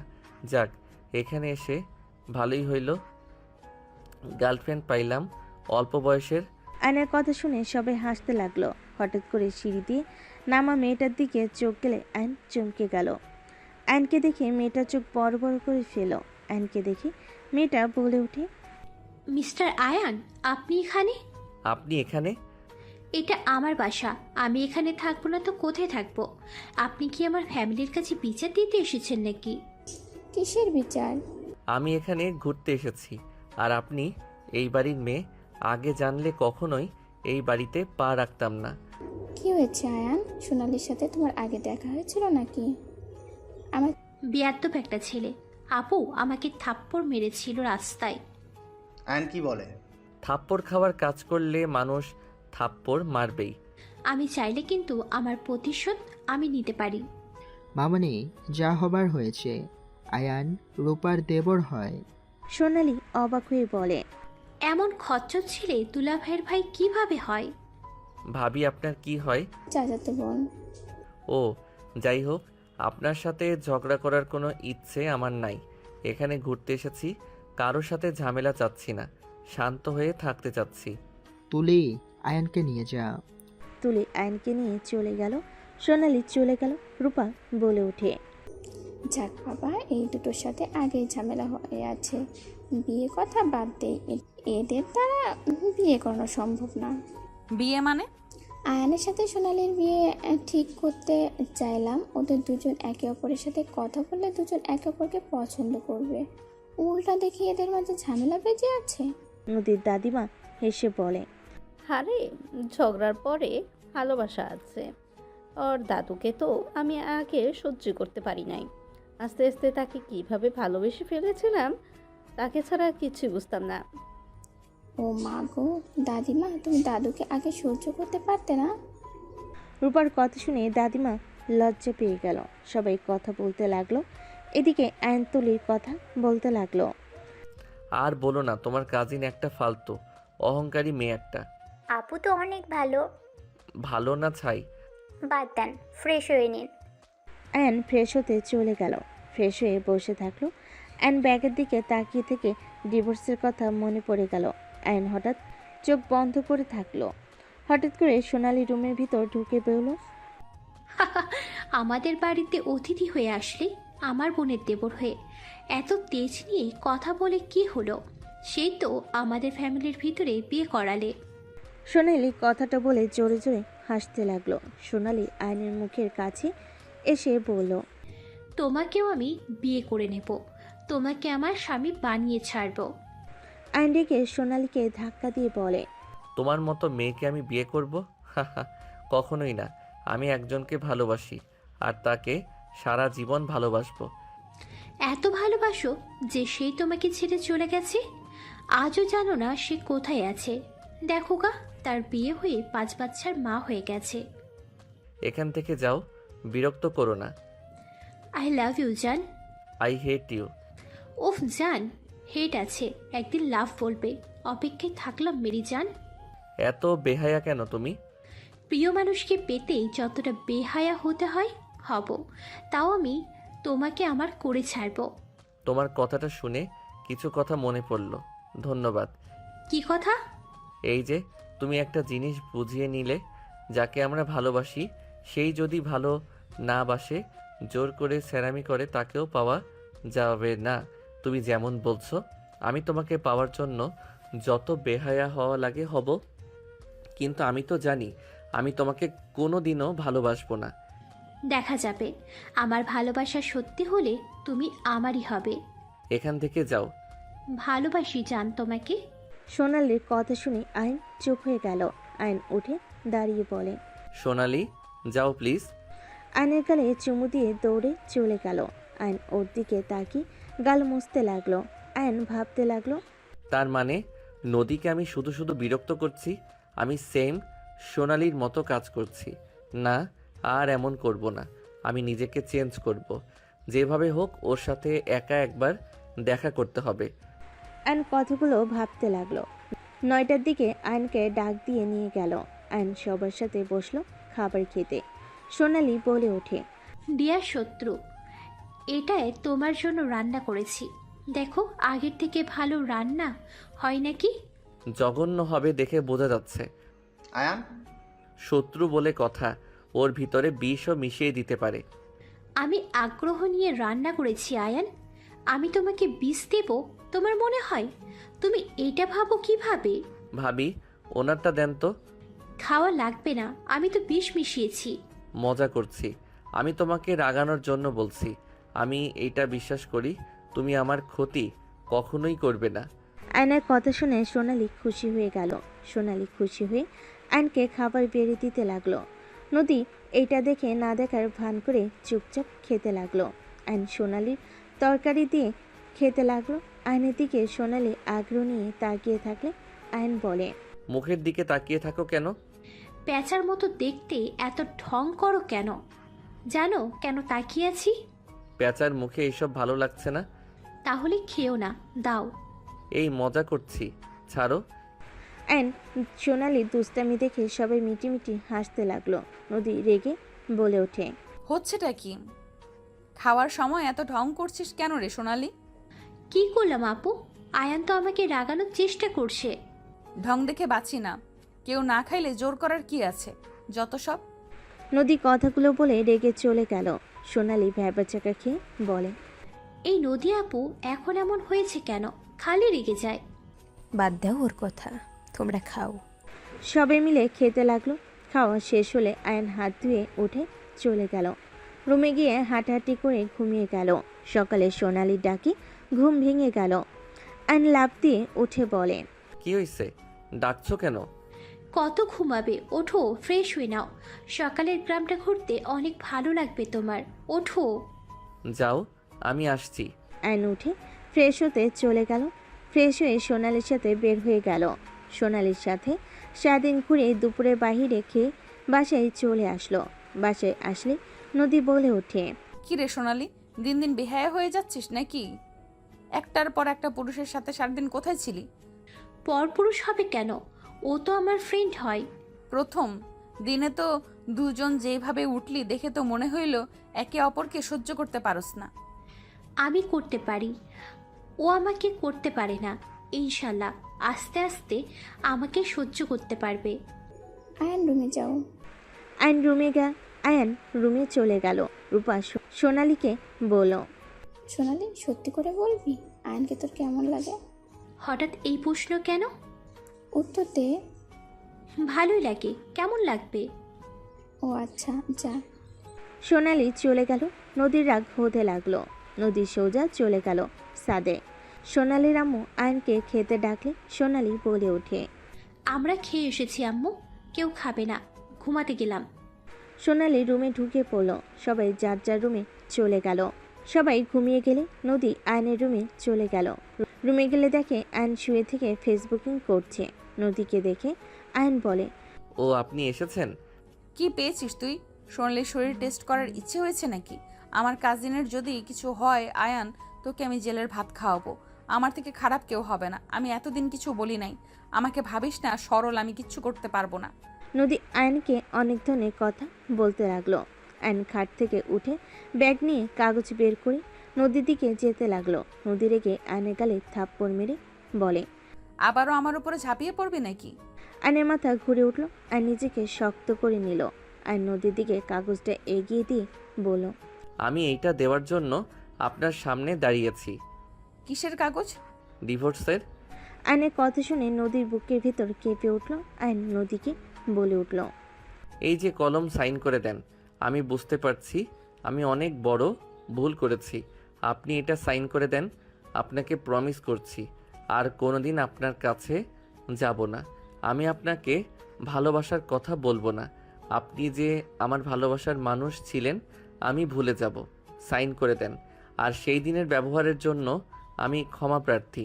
আমি কখনোই ভাবতে পারি নাই আপনাকে স্পর্শ করার জন্য আপনি পতিতালয় যেতে চাইবেন, নিজেকে খারাপ মেয়ে বলবেন আর সবার সামনে নিজের শরীর দেখাতে চাইবেন। বিশ্বাস করেন, আমি যদি জানতাম এমন কিছু করবেন, আমি আল্লাহর কসম আপনার আশেপাশেও আমি যেতাম না।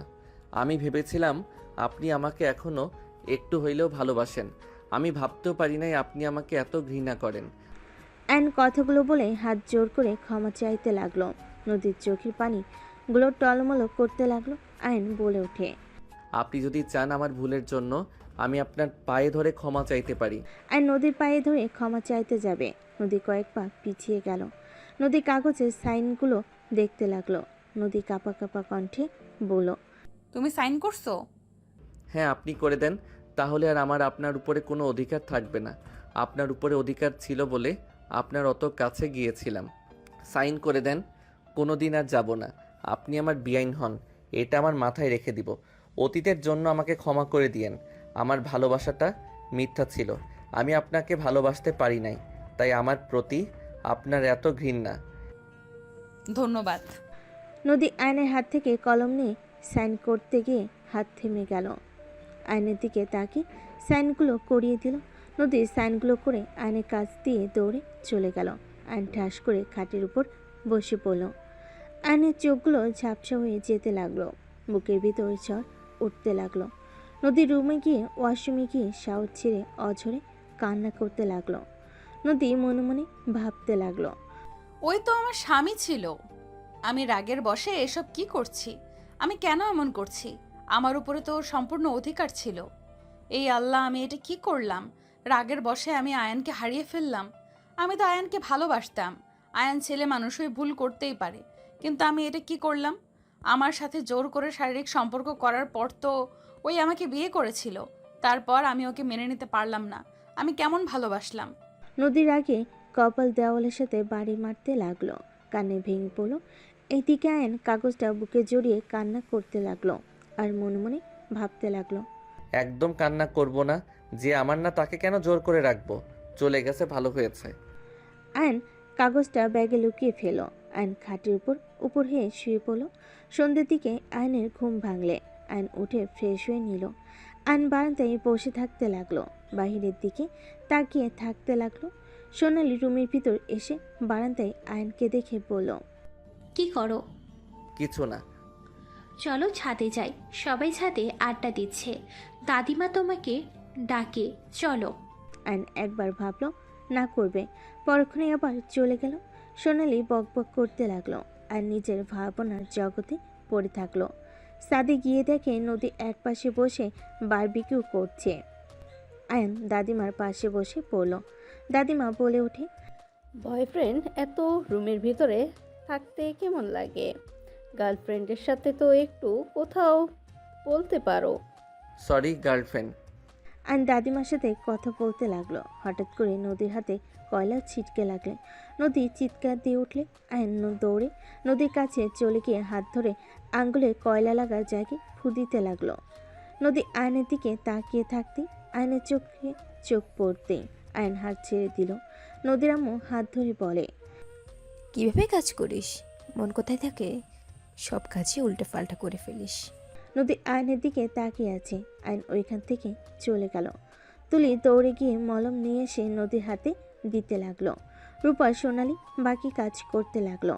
নদী আয়নের পাশে বসলো। আয়ন ওর থেকে কিছুটা সরে বসলো। নদী আয়নের দিকে তাকিয়ে আছে। নদীর চোখের পানিগুলো টপ টপ করে পড়ে যাবে এমন অবস্থা।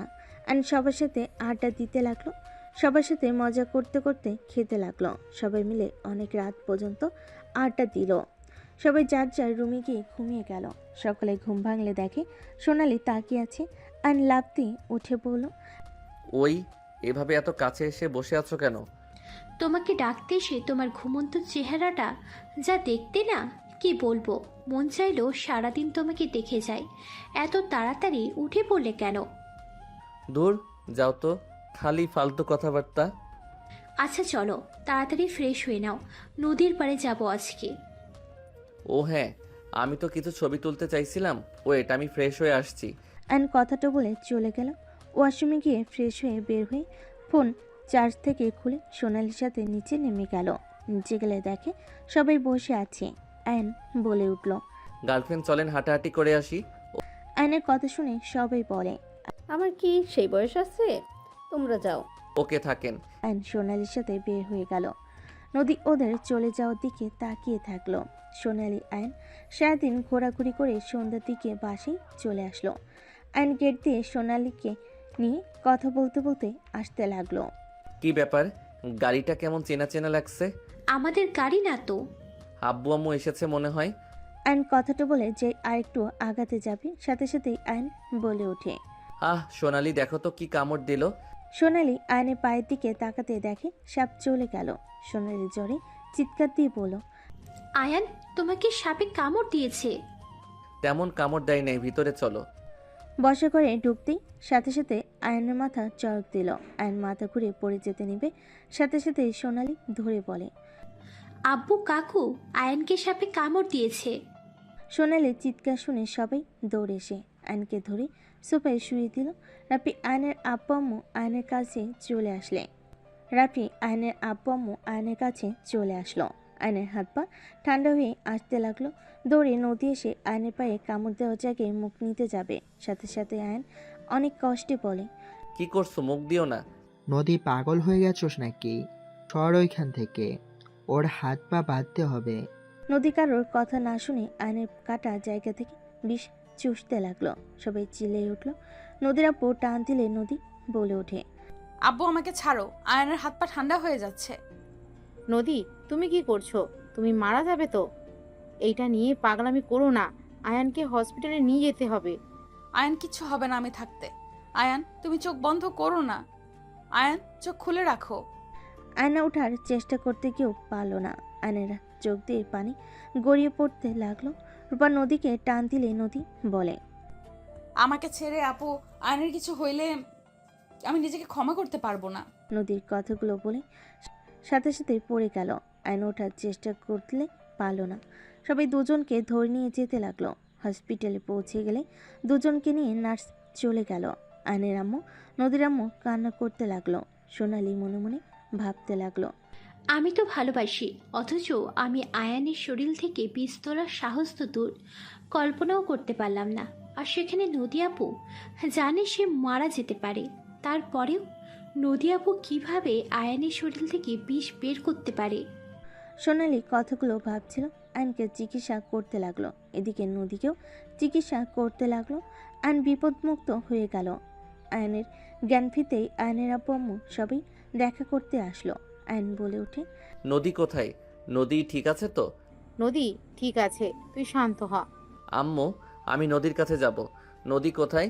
আয়ন উঠতে যাবে, সুই খুলে ফেলো। আয়ন সবাইকে সরিয়ে দিয়ে রুম থেকে বের হলো। নদীকে খুঁজতে লাগলো। তুলি বলে উঠল, আপু এই কেবিনে আছে। আয়নের মাথা চড়ক দিতে লাগলো। আয়ন নিজেকে শান্ত করে কেবিনের ভিতর চলে গেল। নদীকে দেখে আয়ন দৌড়ে গিয়ে নদীকে জড়িয়ে ধরল। নদী থমকে গেল। সবাই অবাক হয়ে তাকিয়ে থাকতে লাগলো। আয়ন কান্না করতে করতে বলতে লাগলো, আমাকে তো ঘৃণা করো, তাহলে আমার জীবন বাঁচাতে গিয়ে নিজের কথা কেন ভাবলে না? তুমি তো ভালো করে জানো তোমার মৃত ও হতে পারত। তুমি সব জেনে কেন আমাকে বাঁচাতে এত বড় রিস্ক কেন নিলে? কথার উত্তর দাও, কেন নিলে? আমি তো ভালো ছেলে না, আমি তো খারাপ ছেলে। আমার মতো জঘন্য ছেলেকে কেন বাঁচালে তুমি? আয়ন কথাগুলো বলে কান্না করতে লাগলো। নদীর চোখ দিয়ে পানি পড়তে লাগলো। নদী আয়নের গাল দুইটা ধরে বলতে লাগলো, খারাপ তো আমি তোমাকে এত কষ্ট দিলাম, তারপরও তুমি আমাকে ভালোবেসে গেলে। আর আমি তোমাকে শুধু কষ্ট অপমান করে গেলাম। তারপর তো তুমি আমার বিপদে পাশে থাকার চেষ্টা করো। আমি তোমাকে ভালোবেসে বাঁচাই নাই, আমি তোমাকে বাঁচিয়েছি তিলে তিলে মারার জন্য। নদীর কথা শুনে আয়ন শক্ত করে জড়িয়ে ধরে বলে, তুমি আমাকে যা ইচ্ছে শাস্তি দাও, আমি সব মাথা পেতে নিব। নদী, তুমি চাইলে আমি তোমাকে কোনো দিনও টাচ করব না। তুমি তাও আমাকে ছেড়ে যাও না। আমি তোমাকে ছাড়া বাঁচতে পারবো না। তুমি যা বলবে আমি তাই শুনবো। তাও তুমি আমাকে একবার সুযোগ দাও তোমার আশেপাশে থাকার। আমি তোমাকে প্রমিস করছি, আমি কোনো দিনও তোমার ইচ্ছের বিরুদ্ধে কিছু করব না। আমি তো সেই দিন রাগের বশে ওইগুলো বলেছিলাম। তুমি এতটা কষ্ট পাবে আমি কখনোই ভাবতে পারি নাই। প্লিজ আমাকে ক্ষমা করে দাও। আর নদী দুহাত জড়িয়ে ধরে কান্না করতে লাগলো। সবাই ওদের দিকে তাকিয়ে আছে। নদী কান্না করতে করতে বলে, আমাকে তুমি ক্ষমা করে দাও। আমি রাগের বশে কি করেছি না করেছি আমি নিজেও জানি না। আয়ান, আমি এইটুকু বুঝেছি, আমি তোমাকে আজও সেই আগের মতোই ভালোবাসি। তোমার পাশে অন্য কাউকে সহ্য করার ক্ষমতা আমার নাই। তোমাকে অন্য কোনো মেয়ের সাথে দেখলে আমার মাথা ঠিক থাকে না। আমার মনে হয় আমি তোমাকে ছেড়ে চলে যাব। তুমি আমাকে ভালোবেসো না। আমার নদী আর কিছু বলতে যাবে, সাথে সাথে আয়ন মুখে আঙ্গুল দিয়ে চুপ করিয়ে দিয়ে বলল, কিছু বলার দরকার নাই। আমি তোমার অনুমতি ছাড়া কিছু করব না। প্রমিস। আর আমি হাজার নারীর সাথে থাকলেও আমি তোমাকে কল্পনা করি সবার মাঝে। আমি তোমাকে ভালোবাসি আর তোমাকে মৃত্যুর আগ পর্যন্ত ভালোবেসে যাব। আয়নের কথা শুনে নদী আয়নকে মারতে লাগলো আর বলতে লাগলো, চুপ কর, তুই মোটেও আমাকে ভালোবাসোস না। তুই সোনালির সাথে সকালে ঘুরতে যাস, সারাদিন ওর সাথে থাকোস, তুই ওর সাথে সব সময় রুমের ভেতরে থাকোস। তুই একটা লুচ্চা কুত্তা বিড়াল তুই। আর নদীকে থামানোর চেষ্টা করতে লাগলো। আয়ন বলতে লাগলো, আল্লাহর কসম, সোনালির সাথে আমার কোনো সম্পর্ক নাই। আমি নিউ প্রজেক্টের জন্য ছবি তুলতে যাই। মিথ্যা বলবি না, তুই কিসের প্রজেক্টের কাজ করস? তুই তো ফটকা মার্কা ছেলে। লাগছে, ওয়েট, আমি সোনালিকে ডাক দেই। আয়ন পিছনে ঘুরে তাকাতেই দুজন চমকে গেল। নদীর তাড়াতাড়ি করে নিজেকে ঠিক করে নিল। আয়ন কিছু বলার আগেই আয়নের আব্বু বলে ওঠে, এইসব কি আয়ান? আয়ন মাথা নিচের দিকে তাকিয়ে বলে, আব্বু, নদীকে আমি ভালোবাসি। তোর কি মাথা খারাপ হয়ে গেছে? এসব কি বলো? নদীর সাথে তো তোমার পড়ে নাই। নদী তোমাকে সহ্য করতে পারে না, সেখানে দুজন একে অপরকে কিভাবে ভালোবাসলে? গতকালও তো নদী তোমার জন্য সোনালীকে কথা শোনালো। এসব হচ্ছেটা কি? নদী, তুই তো ওকে সহ্য করতে পারোস না, আর আয়ান তোর ছোট, তুই কিভাবে এই কয়েকদিনের ভেতরে ওকে ভালোবেসে ফেললি? নদীর সাথে আমার এই কয়েকদিনের পরিচয় না, আমি যখন ইন্টার সেকেন্ড ইয়ারের পড়তাম তখন থেকে ওনার সাথে আমার রিলেশন। আয়নের কথা শুনে সবাই হতভম্ব হয়ে গেল। আয়ন বলে ওঠে, তাহলে সেই ভাগ্যবতী মেয়ে নদী আপু। আপু, তুমি অনেক লাকি। আয়ান তোমাকে অনেক ভালোবাসে, বাট তুমি আয়ানকে কেন ছেড়ে দিয়েছিলে? আয়ানের থেকে সব শুনেছি। আয়ান কখনো নাম বলে নাই। আয়ান তোমার জন্য অনেক মেয়েকে রিজেক্ট করে দিয়েছে, এমনকি আমিও। আয়ানকে আমি ভালোবাসি, কিন্তু আয়ান আমাকে কখনো পাত্তা দেয় নাই। আয়ান শুধু তোমাকে ভালোবাসে। আমি অনেক চেষ্টা করেছি, আজকে বুঝতে পারলাম তোমাকে আয়ান কেন এত ভালোবাসে। তোমাদের দুজনের ভালোবাসার কাছে আমি হেরে গেলাম। আয়ানকে ভালোবাসি মুখে বলি, তোমার মতো সত্যিকারে ভালোবাসতে পারি নাই। সোনালি কথাগুলো বলে চোখের পানি বারবার মুছতে লাগলো। নদী মাথা নিচের দিকে করেই বলল, সব দোষ আমার। আমি আয়নকে ছেড়ে চলে না আসলে আজ তোকে কষ্ট পেতে হইতো না। আমাকে ক্ষমা করে দিস বোন। কেন ছেড়ে দিয়েছিলে? কেন ছেড়ে দিয়েছিলাম আমি এটা কাউকে বলতে পারবো না, কিন্তু আয়ন যেমনই হোক আমি আয়নকে আজও ভালোবাসি। অনেকবার চেষ্টা করেছি ভুলে যাওয়ার, পারি নাই। আব্বু, আমাকে ক্ষমা করে দিও। নদীর কথা শুনে আয়নের আম্মু বলে, আমি এই ভালোবাসা মানি না। এইটা কোনো কথা হলো? আমিও মানি না। এটা যদি তুলি করতো তাও মেনে নেওয়া যেত। নদীর সাথে আয়ানের কিভাবে প্রেম হয় আমি এটাই বুঝতে পারছি না। আন্টি, প্রেম ভালোবাসা এটা হইতে বয়স দেখে না। আমাদের একে অপরের কোনো সমস্যা না থাকলে তোমাদের কি সমস্যা আমি এটা তো বুঝতে পারছি না। নদী তো 3 বছরের বড়, মাথা ঠিক আছে তোর? 200 বছরের বড় হইলেও আমার কোনো সমস্যা নাই। আমি নদীকে ভালোবাসি আর ওকে ছাড়া কাউকে আমি বিয়ে করব না। আমার লাস্ট কথা। সব দোষ আমার। আমি মেয়েকে মাথায় তুলে ফেলেছিলাম। মাথা থেকে কিভাবে নামাতে হয় সেটাও আমার জানা আছে। এই চল আমার সাথে। নদীর আব্বু নদীর হাত ধরে টেনে নিয়ে যেতে লাগলো। আয়ন হাত ধরে ফেল। নদীর আব্বু বলে, আয়ান, হাত ছাড়ো। সম্ভব না, নদী আমার স্ত্রী। আমি আমার স্ত্রীকে আমার সাথে করে নিয়ে যাব। কিসের স্ত্রী রে? কখন বিয়ে হলো? হ্যাঁ, বিয়ে করব, হবু স্ত্রী তো হয় এখন। দেখেন আঙ্কেল, আন্টি, আব্বু, আম্মু, আমি নদীকে ভালোবাসি। এক কথা বারবার বলবো না। আমি নদীকে না কারো হতে দিব আর না দূরে সরে যেতে দিব। দরকার হইলে একসাথে বাঁচবো, দরকার হইলে একসাথে মরবো। হ্যাঁ আব্বু, হাত ছাড়ো। আমি আর ভুল করতে চাই না। যতদিন বেঁচে আছি ততদিন আমি আয়নের স্ত্রী হয়ে থাকতে চাই। তোমাদের আমাদের মেনে নিতে কষ্ট হইলে আমরা আমাদের মতো চলে যাব। নদীর কথা শুনে টেনে নিয়ে যেতে লাগলো। আয়নের আব্বু আম্মু আয়নকে টেনে নিয়ে যেতে লাগলো। আয়ন বলতে লাগলো, কি করছো তোমরা? আমাকে ছাড়ো, আমি নদীর কাছে যাব। কখনোই না, চল বলছি। আয়নকে টেনে নিয়ে চলে গেল। রাফি বিল দিয়ে চলে গেল। আয়নকে জোর করে গাড়িতে তুলে নিয়ে যেতে লাগলো। আয়ন বারবার বলতে লাগলো, আমি নদীকে ছেড়ে কোথাও যাব না। আমাকে ছেড়ে দাও তোমরা। চুপ, একদম। ওই মেয়েটা এক্সট্রা ফালতু মেয়ে। মান সম্মান তো খেয়েছে, আবার তোর মাথা নষ্ট করেছে। ফালতু মেয়ে কোথাকার। আম্মু প্লিজ, ওর নামে বাজে কথা বলবে না। আমি ভালো করে জানি ওই কেমন। আমার জন্য সবার সামনে পাগলামি করছে, আমি ওকে কষ্ট দিয়েছিলাম। আয়নের কথা কেউ না শুনে নিয়ে যেতে লাগলো। আর এদিকে নদীকে নিয়ে কি রুমে বন্দি করে রেখে দিল। নদী চিলিয়ে বলতে লাগলো, আমাকে আটকেও না, রেখে কোনো লাভ নাই। আয়ান যখন জেনে গেছে আমি ওকে ভালোবাসি, ওই আমাকে নিতে আসবেই। যেইভাবেই হোক ওই আমাকে এখান থেকে তুলে নিয়ে যাবে। দেখা যাবে। তোমাদের কি সমস্যা? আমরা যদি সুখে থাকি তোমাদের কোথায় সমস্যা? মান সম্মান আর রাখছোস সবাই এমনিতে সিসি করে বিয়ের দিনের কারণে, আবার ছোট ছেলের সাথে প্রেম করস। তোকে দেখলে রাগ হচ্ছে, তুই এখানে বন্দি থাক। নদীর আপু দরজায় তালা লাগিয়ে দিল। নদী জোরে জোরে দরজায় থাপড়াতে লাগলো আর খুলে দিতে বলতে লাগলো।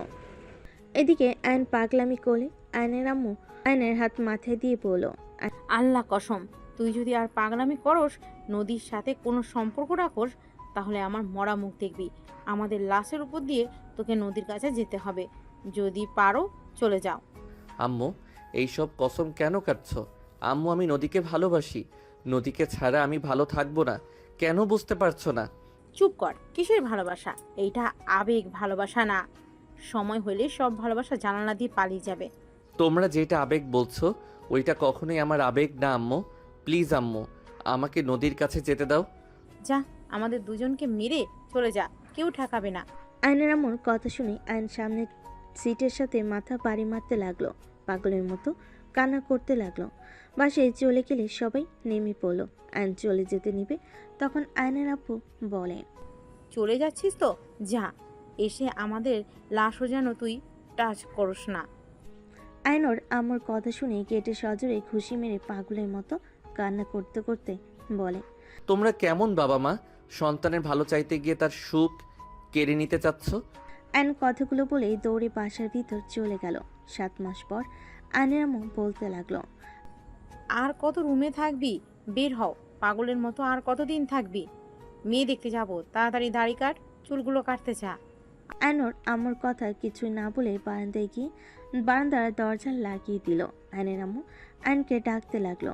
আয়ন কিছু না বলে বইয়ের দিকে তাকিয়ে থেকে পড়তে লাগলো। রাফি বলে ওঠে, আম্মু ছাড়ো। আয়ান, তুই কি আমাদের সাথে যাবি নাকি? আমাদের মরা মুখ দেখতে চাস? আয়নর আম্মুর কথা শুনে রাগে দরজা খুলে বলে, কথায় কথায় কেন মরার হুমকি দাও? তোমরা কেমন বাবা মা? কথায় কথায় হুমকি দাও। চলো, কাকে বিয়ে করা লাগবে করব, চলো। আয়ন কথাটা বলে বইটা ছুঁড়ে মারল। শার্ট টান দিয়ে সব বোতাম খুলে ফেলে দিল। আলমারি থেকে শার্ট বের করে পরে নিল। আয়ন নিচে চলে গেল। আয়নের সাথে রাফিওর আম্মু নিচে চলে গেল। রূপা বলে ওঠে, এভাবে যাবে নাকি? হ্যাঁ, এভাবে যাব। আপনাদের কোনো সমস্যা? না, আমাদের সমস্যা হবে। মেয়ে তোমাকে পছন্দ না করলে আমরা কি করব? বৌমা চলো। আয়ন সবার সাথে গাড়িতে উঠে পড়ল। সামনের থেকে নিয়ে পড়তে লাগলো। রূপা বলে ওঠে, খুবই খুবই ভাব তোমার ভেতরে, খুব ভালো। আয়ন প্যান্ট থেকে হেডফোন নিয়ে বের করে কানে দিয়ে জোরে গান দিয়ে শুনতে লাগলো। রাফি, আয়নের আম্মু, রূপা হাসাহাসি করতে লাগলো। 2 ঘন্টা পর গাড়ি থামলে সবাই নেমে পড়লো। রূপা বলে ওঠে, আয়ান নামো। আয়নের শরীরে হাত দিতেই আয়ন সামনের দিকে তাকিয়ে বলে, আমাকে এখানে কে নিয়ে আসলো? আম্মু, ভাইয়া, এসব কি? নেমে কথা বল। এখান থেকে পাত্রীর বাড়িতে যাব। তোমরা যাও, আমি যেতে পারবো না। নামতে বলছি, নাম। রাফি আয়নকে জোর করে নামিয়ে নিয়ে যেতে লাগলো। আয়নের বুকের স্পন্দন ধুকধুক করতে লাগলো। বাসের ভিতরে ঢুকতেই আয়নের চোখে 1 ফোঁটা পানি পড়তে লাগলো। পড়তেই আয়ন চোখ মুছে ফেল। আয়নকে রাফি সোফায় বসিয়ে দিল। আয়ন নিচের দিকে তাকিয়ে থাকতে লাগলো। কানে হেডফোন দিয়ে আয়নের হাত পা কাঁপতে লাগলো। কিছুক্ষণ পর হঠাৎ করে আয়নের কাপা হাতের পর হাত পড়তে আয়ন থমকে গেল। আয়ন নিচের দিকে তাকিয়ে থাকতে লাগলো। আয়নের মুখে হাত দিতেই আয়ন হাত সরিয়ে দিল। হাতটা বারবার আয়নের মুখে হাত দিতে লাগলো। আয়ন সরিয়ে দিতে গেলে নদী রেগে বলে, বারবার হাত ছড়িয়ে দিস কেন রে বাল? আমার দিকে তাকাতে তোর কি সমস্যা রে? মেজাজটা খারাপ করে দিবি না তো? নদীর কথা শুনে সবাই ইমোশনাল থেকে বের হয়ে ভুরু কুচকে তাকালো। আয়নার আম্মুর দিকে তাকালেই আয়নের আম্মু ইশারা করে আয়ন নদীর দিকে তাকিয়ে চমকে গেল। আয়ন নদীর দিকে তাকিয়ে কান্না করে দিয়ে বলে, আম্মু, আমাদের কসম আমরা তুলে নিয়েছি। আমাদের ভুল আমরা বুঝতে পেরেছি। তোদের ভালোবাসার কাছে আমরা হেরে গেছি। আয়নর আমার কথা শুনে নদীকে শক্ত করে জড়িয়ে ধরে শানুমুখে চুমু দিতে দিতে বলতে লাগলো, তুমি নিজের কি অবস্থা করছো? একদম শুকিয়ে গেছো। ঠিক মতো খাও না নাকি? দূর সর, আলগা দেখাতে আসিস না। তোর বাচ্চার জন্য কিন্তু খাইতে পারি না, ঘুমাইতেও পারি না, বমি করতে করতে জীবন যাচ্ছে। উনি এসেছে ভালোবাসা দেখাতে। নদীর কথা শুনে আয়ন অবাক হয়ে পড়ল। মানে? মানে মানে কি? যা চাইছিলে সেটাই হয়েছে। নদীর কথা শুনে আয়ন খুশিতে নদীকে শক্ত করে জড়িয়ে ধরলে নদী আয়নকে জড়িয়ে ধরল। আয়ন কান্না করতে নিলে নদী বলে, উফ ছাড়ো তো, দাড়ি চুলের বোন মানুষ লাগছে, ছাড়ো, চুলকাচ্ছে। নদীর কথা শুনে সবাই মিটিমিটি হাসতে লাগলো। আয়ন নদীর নাক টিপে দিয়ে বলে, চিকনা কোথাকার, অন্য কাউকে নিন্দা করতে লজ্জা লাগে না? কি আমি চিকনা? বিয়েটা হোক, কানের নিচে ঠাটিয়ে লাগিয়ে দেব একটা। আমি তো তোমাকে রাগাবই না, মারবে কিভাবে? আমি খুব ভদ্র ছেলে। বাদর ছেলে আপনি। মন চাচ্ছে দাড়ি ধরে ঘোড়ার বিয়ে করতে আসলে মানুষ এমন বিচ্ছিরি হয়ে আসে? সব জায়গায় খালি ঝামেলা করবেই। ও ওয়েট, অন্য মায়াকে বিয়ে করতে এসেছস তাই না? লাঠি কোথায়? নদী লাঠি খুঁজতে চারিদিকে তাকালে আয়নের আম্মু এগিয়ে দিলে আয়ন লাফ দিয়ে সোফা থেকে নেমে বলে, তুমি আম্মু নাকি শত্রু? এই মেয়ের হাতের জীবনেও কন্ট্রোল নাই। উড়া ধুরা মাইর দেয়, দয়া মায়া ওর ভিতরে কিছুই নাই। আয়নের কথা শুনে সবাই হেসে দিল। কাজী হাসলে নদী শান্ত হয়ে যায়। আয়নের আব্বু নদীর আব্বু কাজীকে দিয়ে ওদের বিয়ে পড়ানো শুরু করে দেয়। বিয়ে পড়ানো শেষ হলে কাজী সাহেব চলে যায়। আয়নর আব্বু আম্মুকে জড়িয়ে ধরে বলে, থ্যাংক ইউ আম্মু। হয়েছে ছাড়। এখন থেকে বউ বাচ্চার দায়িত্ব নেওয়ার প্রস্তুতি নে। অফিসে না গেলে মেরে তক্তা করে দিব। আর ফাঁকিবাজি করব না, অফিসে যাব নিয়মিত। ফাঁকিবাজি করলে আমি কি করে বসে থাকবো নাকি? হ্যাঁ। দুজন একে অপরকে ভেঙচি দিতে লাগলো। সবাই খুশিতে চোখের পানি চলে আসলো। আর নদী দুষ্টামি করতে লাগলো। নদীর আব্বু বলতে লাগলো, এভাবে সারা জীবন সুখে থাক। আমরা ভুল ছিলাম। সিনিয়র জুনিয়র কোনো ব্যাপার না, একে অপরের প্রতি ভালোবাসা থাকাটাই দরকার।